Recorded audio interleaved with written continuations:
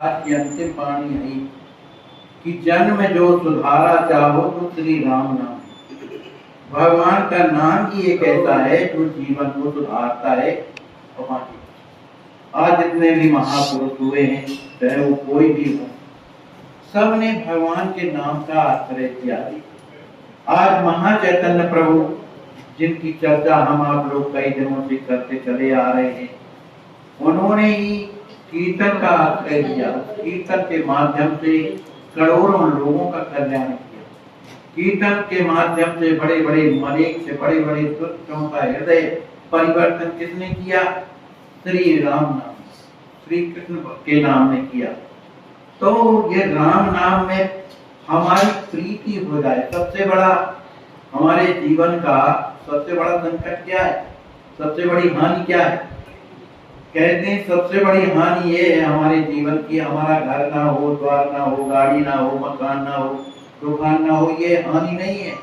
हानि क्या है? शरीर रहते हुए भी हानि की यही जगह नहीं कछु भाई, भजिए न रामई न तन पाई। मनुष्य जीवन प्राप्त करने के बाद यदि भजिए न राम, यदि राम जी का भजन हमने नहीं किया तो सबसे बड़ी हानि है। और लाभ क्या है? लाभ की किछु हरि भगत समाना, जय गावई स्तुति संत पुराना।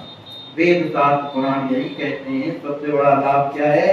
जो भगवान का नाम लेते हैं, जो भगवान की भक्ति करते हैं, तो ये बड़े बड़े भागी कहलाते हैं जो भगवान के रास्ते में चलते हैं। तो रास्ते में भगवान के वही चलते हैं जिस पर भगवान की कृपा है।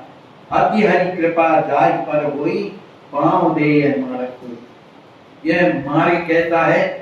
केवल आनंद के अलावा इस मार्ग में कष्ट तो है ही।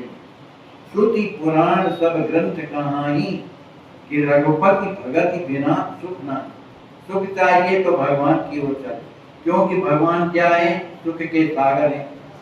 भाई जहाँ जो वस्तु होगी वहां जाओगे तब प्राप्त हो। संसार में तो सिवा सुख के किसी व्यक्ति से तुम कहो हमें सुख दो, संसार के किसी व्यक्ति से, तो उसके पास सुख है ही नहीं है तो देगा कहां से? वो आप उनके पास दुख है। और भगवान से कहो प्रभु हमको कष्ट दो, तो भगवान के पास कष्ट है ही नहीं सिवा सुख के। तो जिसके पास जो है वो देता है। इसलिए सुख का रास्ता क्या है? परमात्मा का रास्ता, भगवान का रास्ता। लेकिन निश्चल भाव से चलना चाहिए, डुप्लीकेट बन करके नहीं कि हमारा हृदय कुछ और हो, वाणी कुछ और हो, दुनिया में हम अलग बने। इसमें कुछ नहीं होना, क्योंकि ये जो हम नाटक कर रहे हैं वो हमारे हृदय में बैठा है और अच्छी तरह जानता है कि तुम कैसे। और जो उस तरह से सच्चे हृदय से उनके होके चले वो आज तक भूखे नहीं मरते, जंगल में भी पड़े रहे।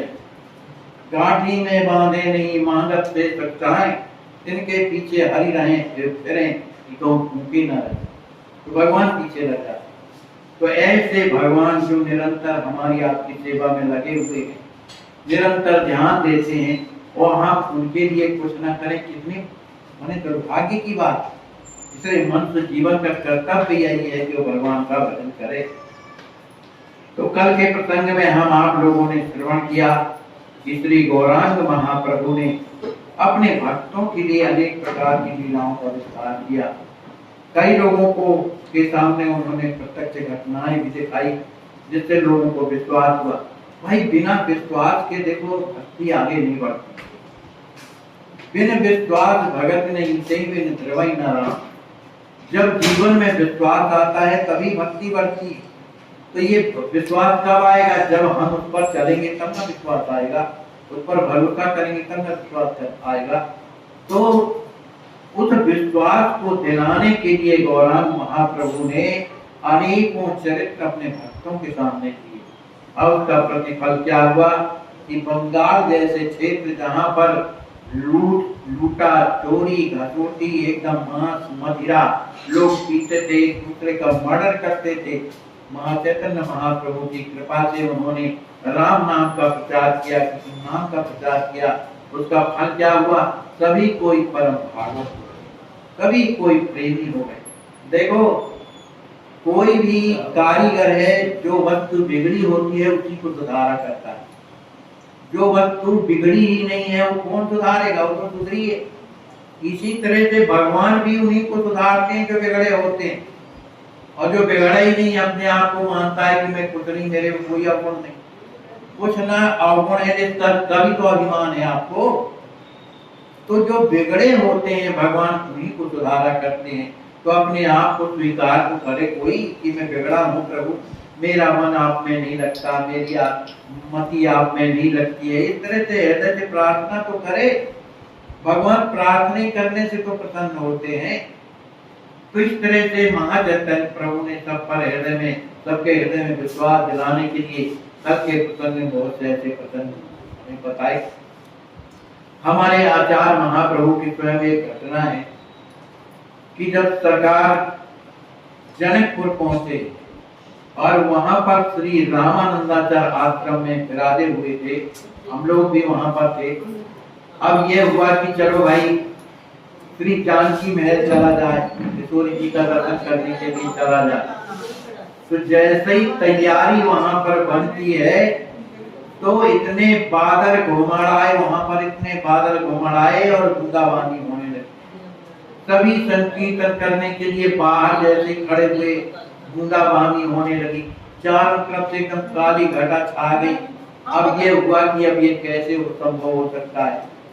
स्वामी जी जैसे ही बाहर पधारे, कहने लगे भैया सब कोई कीर्तन कर, कीर्तन कर, सिया बोल का कीर्तन कर। सब लोगों ने उसी थोड़ा थोड़ा बरसने में संकीर्तन जैसा ही किया कि थोड़ी देर के बाद वहां का वातावरण बदल गया। बादलों का पता नहीं कहां चले गए बादल, और सभी कोई डंडे भरते हुए किशोरी जी के राजमहल तक जाते, जिनको जो भाव था उस तरह से। तो महापुरुष अपने जीवन में क्या नहीं कर सकते, सब समर्थवान होते हैं, लेकिन उनकी आज्ञा का पालन करने वाले बहुत कम होते हैं। वेद शास्त्रों में हम रात दिन कथा सुनते हैं कि नहीं, बड़े बड़े महापुरुषों का सानिध्य भी प्राप्त होता है, उनके श्री मुख से कथा सुनते। हमारे जीवन में परिवर्तन क्यों नहीं आता? इसलिए कि हम अपने आप को बुरा मानते ही नहीं है। महाराज ये कथा जानते हैं तो हम 10 कथा जानते, यह अभिमान भरा। ये कथा भर जानने से कुछ नहीं होना भैया।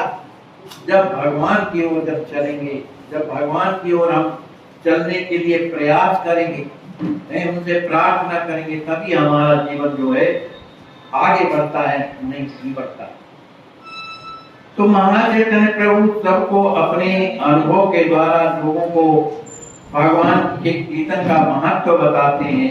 लेकिन अब महाप्रभु की स्वयं स्थिति कैसी होने लगी, बिगड़ने लगी। कैसी बिगड़ने लगी? उन्हें अब अपने आप का स्वयं का भान नहीं रहता, भान नहीं रहता था। भाव में जब भर जाते थे तो पूरा दिन निकल जाता था, बैठे रह जाते थे, न जाने कौन से भाव में खोए रहते थे। कभी राधा भाव में खो जाते थे, तो हा प्यारे श्याम सुंदर, हा प्यारे श्याम सुंदर, ऐसा कहते हुए निरंतर रोदन करते रहे। कभी उनके हृदय में कुछ और भाव आते तो नृत्य करने लगते, बड़े जोर से हंसने लगते थे। ये स्थिति हो गई। अब आपकी अस्वस्थ संत सेवा ट्रस्ट के द्वारा इन्हें लखनऊ मेडिकल कॉलेज भेजा गया है ऑपरेशन के लिए। बहुत कष्ट है, बिना ऑक्सीजन के इनके प्राण नहीं रह सकते हैं। आप सोचिए, आप विचार कीजिए कि ऐसे असहाय संत बेचारे जिनकी कोई सेवा नहीं करता, तो कम से कम आपके अस्वस्थ संत सेवा में आ गए हैं इस ट्रस्ट में, तो आप रात दिन उनकी सेवा कर रहे हैं।